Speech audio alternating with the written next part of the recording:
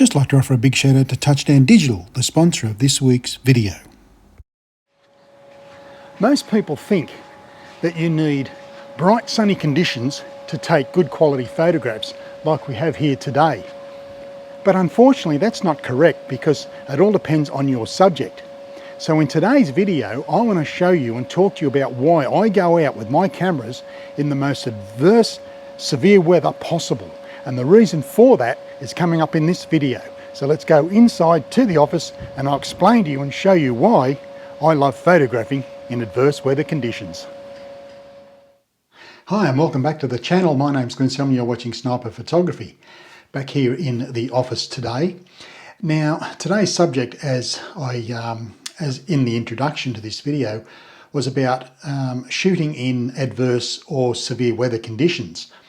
Now I've been doing this for some time, and on any particular day where it's really bright sunshine or it's not really conducive to good photography, I probably don't go out.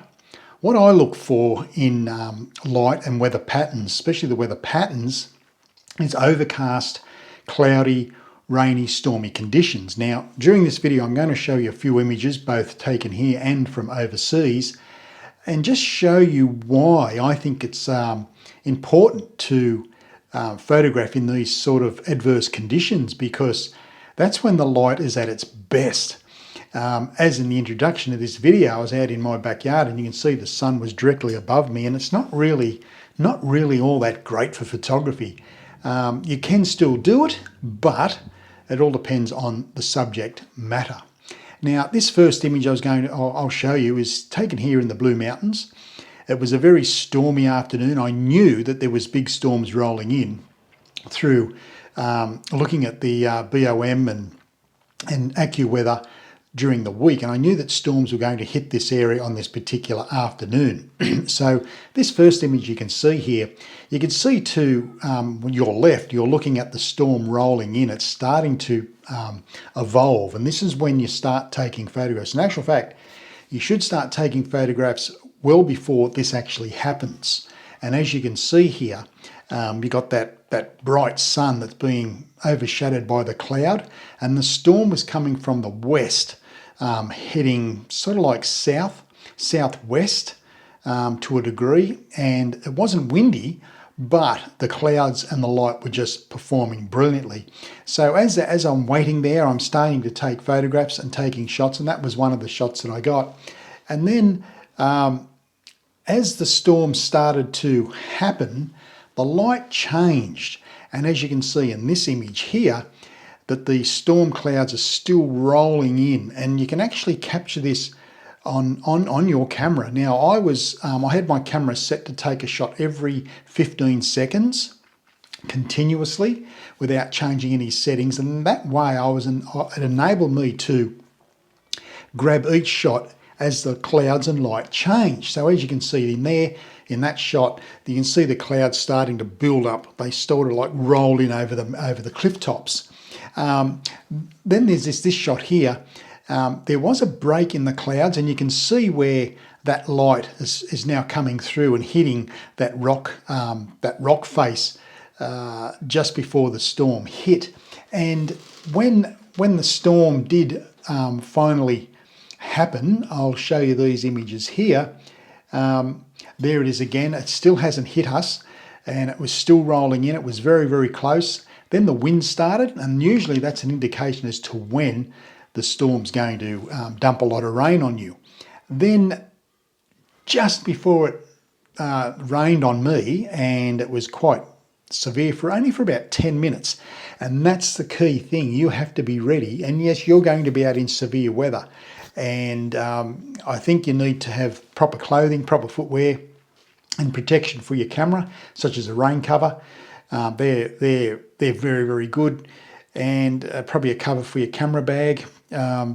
My gear gets treated poorly. I don't really mother or baby my equipment. But this shot here I'm showing you, that was just before the storm hit. So when the storm did hit, everything just sort of like went dark and black. So that's when I found shelter in sort of like an overhang. There was a bit of a cave and I knew it was there anyway. I know this area like the back of my hand. So I sat in the cave for about 15, 20 minutes, and then it stopped. And then when it stopped, this is what I captured.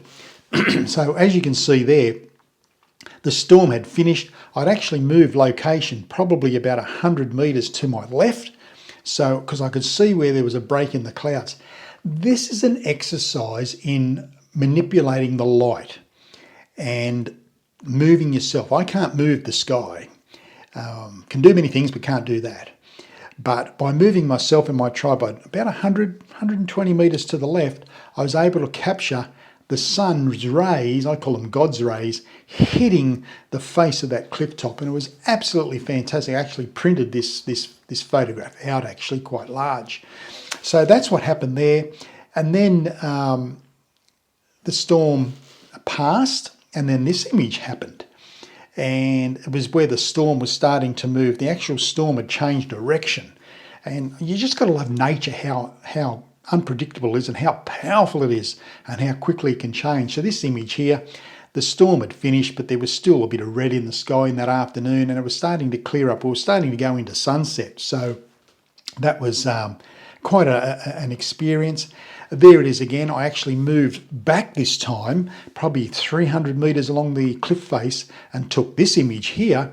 And you can see the clouds probably to your right or your left, either way, which way you're looking at it.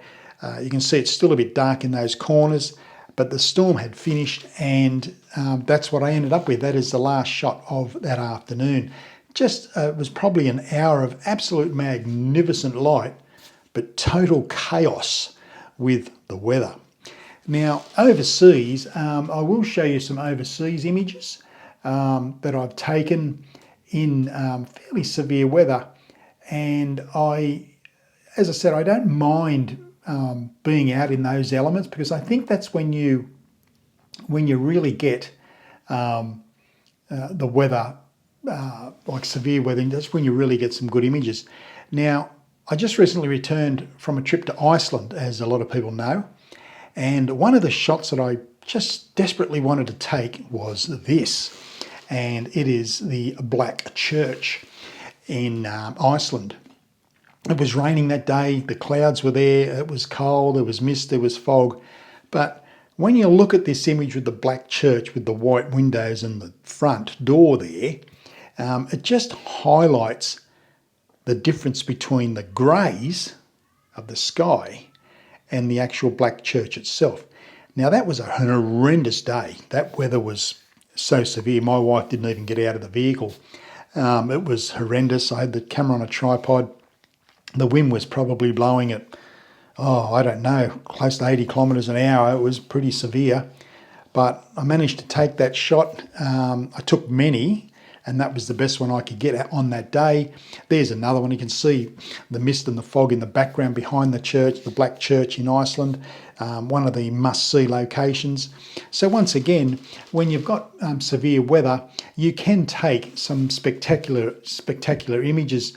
As you can see here, this one here with the waterfall, that's one of the big bangers of Iceland, Gostafoss Falls, I think they call it. Once again, it was just finished raining, and the light was just fantastic, because what you've got to understand is when the clouds are above you, that's nature's softbox. Like when I'm shooting in a studio, I'm using softboxes, and these lights I've got here have got little softboxes on them, and it sort of like softens the light, and that's what natural cloud does. So Mother Nature is fantastic, and it'll give you the soft boxes in the sky that you need for your images.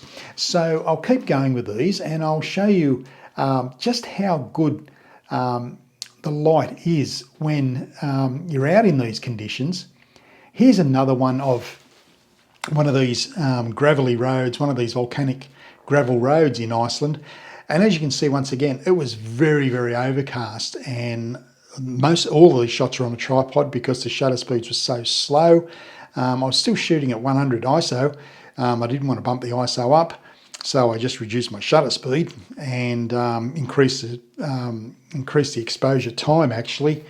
But it was not hard to do. It's not hard to do. But in that shot there of that gravelly road, yeah, I was on a tripod, ISO 100. I think it was still at I think it was at f8 at that time. And I focused probably halfway into that image, and to get that shot, the shutter speed wasn't slow, but it wasn't fast either. So once again, in really adverse weather conditions, let's go to Canada now, if I can find these. Oh, here's one here. This image, my wife took this image. That there was on top of a cliff face looking down into a gorge in Iceland. And as you can see, I'm hanging on for dear life. The wind it would have to have been over 120 kilometres an hour, this wind. It was horrendous. And I managed to take a couple of good shots, but it just goes to show you what you've got to do when you're in adverse weather conditions. Let's see if I can find some of the snow-capped images.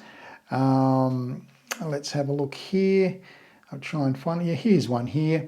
As you can see, freezing cold. That's Lake Louise. That was probably minus 15. Could have been probably minus 15 to 18, something like that. And it was extremely cold.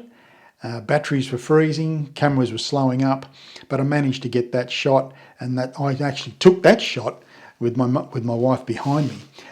So we'll see if we can find a couple more. But yeah, look, photographing in adverse weather conditions is not a hard thing to do. You know, you've got to be wary of the weather. You have to be have your gear protected. You have to be protected. Tell somebody where you're going, and I can guarantee you will get some fantastic shots. Your photography will improve if you chase that light and you get, you know, you study the weather. I think the weather is important. I'll show you this shot. This is Moraine Lake, or Lake Moraine in Canada. Now, as you can see in that photograph there, they're called the 10 Peaks, those peaks. Now, that was taken at around about 4 a.m. in the morning. And it was a very long exposure.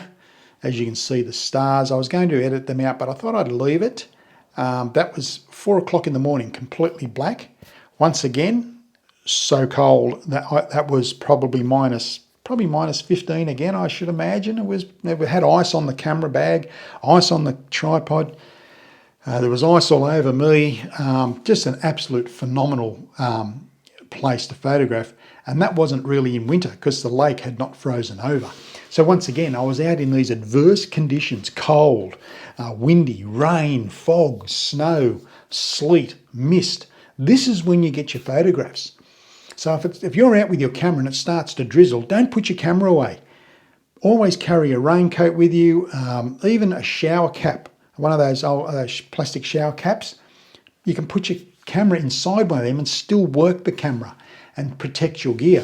So, you know, there's plenty of ways of protecting your equipment when you're in these adverse conditions. You just have to be very wary of what you're doing. Here's one here. This shot here, it was pouring down with rain. Once again, my wife took this shot, and I was actually inside a waterfall. That's where I was. Very treacherous. It was so cold. Again, it was very cold in Canada that particular morning, and it was raining. It was pretty barren, really. But I got some good shots that morning. But I'm just illustrating to you here with this particular image and a couple of others that you can put yourself in locations where you're not putting yourself at risk. Your life's not worth a photograph, let's face it. But you have to err on the side of caution. And if you're going to do this and you're going to chase your images where you're, you know, you might feel a bit unsafe, or, you know, you're not quite sure, well, just go out and test yourself a couple of times. What I suggest, don't take the camera with you. Just go out. Just go out, use your phone if you have to. Just go out in some really bad weather, not super heavy rain or hail, but just overcast, drizzly, you know, that sort of weather where it's breaking and closing off and things like that. But just look at your weather patterns, because I think that's when you get your best light. I think you got more of a chance of you know, capturing really good images. And this last image here, this is in the Blue Mountains. It was a very cold morning, just down the road here actually, this shot. And it was very foggy, could hardly see my hand in front of me. And I was using a tilt shift lens in this particular photograph actually. And weather conditions were ideal, just so good. And I love these conditions. Fog, rain, sleet, snow, overcast weather. I love overcast weather, particularly when it comes to my photography. I don't like it when I'm out with family or friends or something like that, but having, you know, being out in that weather, that's, I can guarantee you go out in these conditions, you're going to get some great photographs. So let me know what you think about this one. Do you go out in adverse conditions? If you do, how do you protect your gear? More importantly, how do you protect yourself? But give it a try if you haven't. Study the weather, look what it's doing. There's plenty of information on the internet. Look for the light.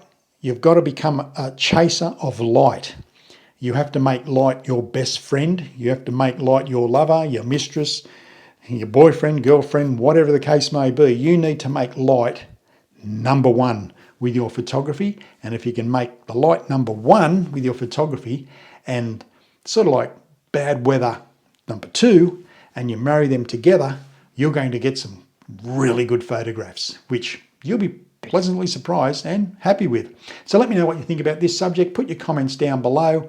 I love reading what you say and what you think when you put the comments after watching these videos. Thank you for subscribing if you have. If you haven't subscribed, please feel free to hit the subscribe button and the bell next door. So now, as I always say, be nice to yourself, family and friends, but most of all, you keep shooting, keep smiling. Bye for now.